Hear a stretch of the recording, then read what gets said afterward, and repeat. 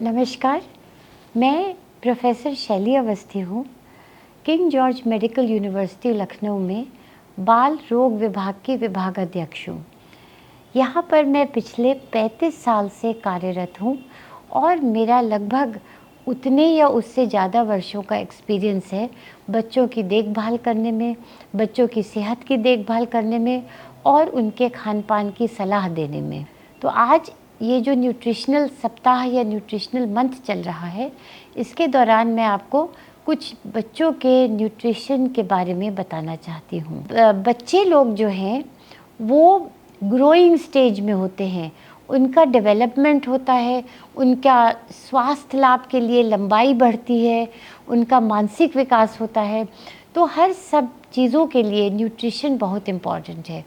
यदि बच्चों में न्यूट्रिशन की डेफिशिएंसी हो जाए तो बच्चा ना तो लंबाई में बढ़ेगा, ना उसका वज़न बढ़ेगा और ना उसका मानसिक विकास होगा।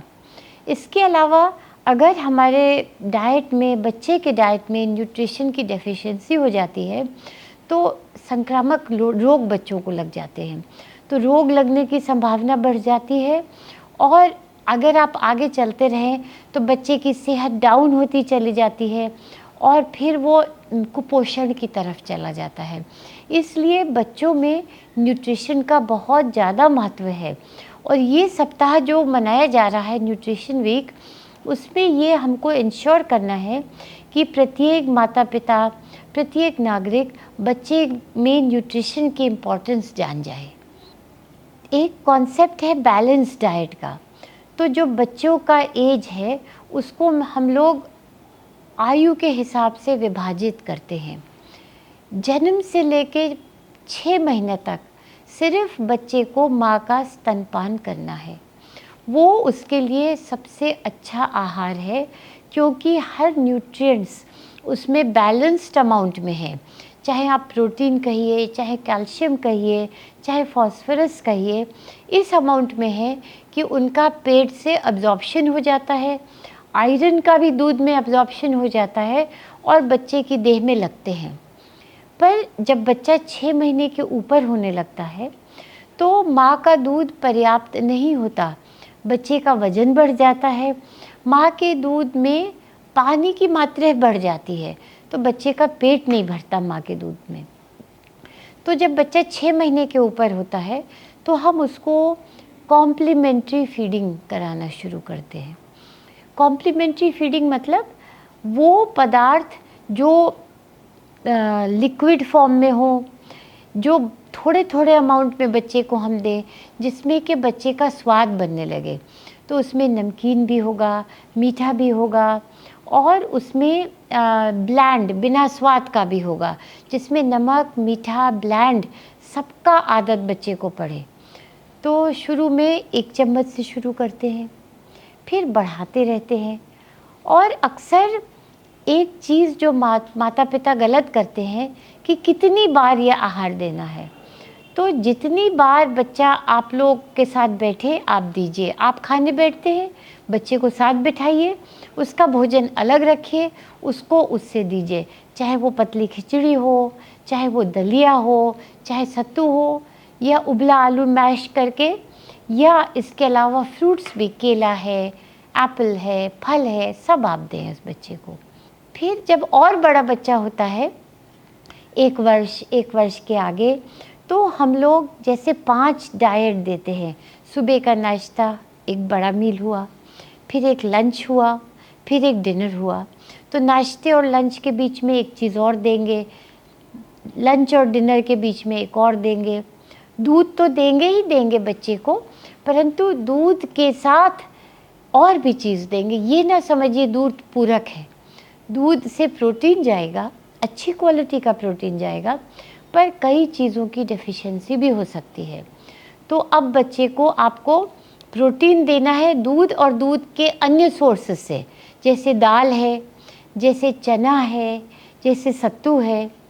फिर इसके बाद आपको कार्बोहाइड्रेट्स देने हैं। दूध के अलावा कार्बोहाइड्रेट हमारे चावल में जाता है, रोटी में जाता है, बेसन के आटे में जाता है। फिर हमें अन्य प्रोटीन के सोर्सेज में क्या दे सकते हैं? आपको अभी हमने बताया था दाल है, चना है, सत्तू है। फैट दे सकते हैं, फैट हम लोग घी डालते हैं खाने में, जब कुकिंग करते हैं तो भी ऑयल का इस्तेमाल होता है। और इसके अलावा फाइबर, फाइबर जैसे कि हमने सब्जी खाई, सब्जी में फाइबर होता है। फाइबर कार्बोहाइड्रेट का एक और प्रकार होता है जो स्लोली डाइजेस्ट होता है, जिससे हमारी शुगर एकदम से नहीं बढ़ती। तो ये बच्चे का संतुलित आहार है। कुछ लोग कहते हैं कि जब आप बच्चे की फाइनली थाली सजाएं तो दिन भर में हर रंग का खाना दीजिए, हरा भी हो, लाल भी हो, पीला भी हो, वाइट भी हो, इस तरीके का आपको बच्चे को खिला के देना है। तो हमारे आउट पेशेंट में माताएं आती हैं कहने कि हम कितना दें बच्चे को, तो एक वज़न के हिसाब से हम लोग कहते हैं कि यदि 10 किलो से कम वज़न है तो आप 1000 किलो कैलोरीज दीजिए प्रतिदिन। अगर आपके बच्चे का 10 से 20 किलो वज़न है तो पहले 10 किलो तो आपने 1000 दिया, फिर 10 से 20 तक आप 50 किलो कैलोरी प्रति केजी पे देंगे।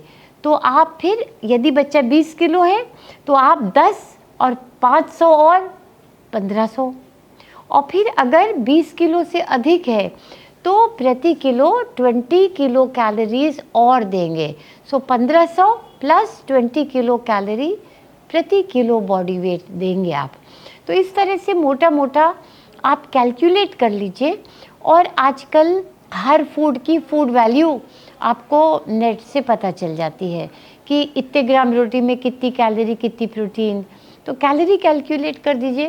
कैलोरी आप सही देंगे तो बाय एंड लार्ज प्रोटीन सही हो जाती है। और जैसे मैंने आपको कहा, फ्रूट्स हैं, वेजिटेबल्स हैं, ड्राई फ्रूट्स हैं, सब चीज़ मिश्रण करके आप खिलाएंगे तो माइक्रोन्यूट्रिएंट की और विटामिन की डेफिशिएंसी नहीं होगी।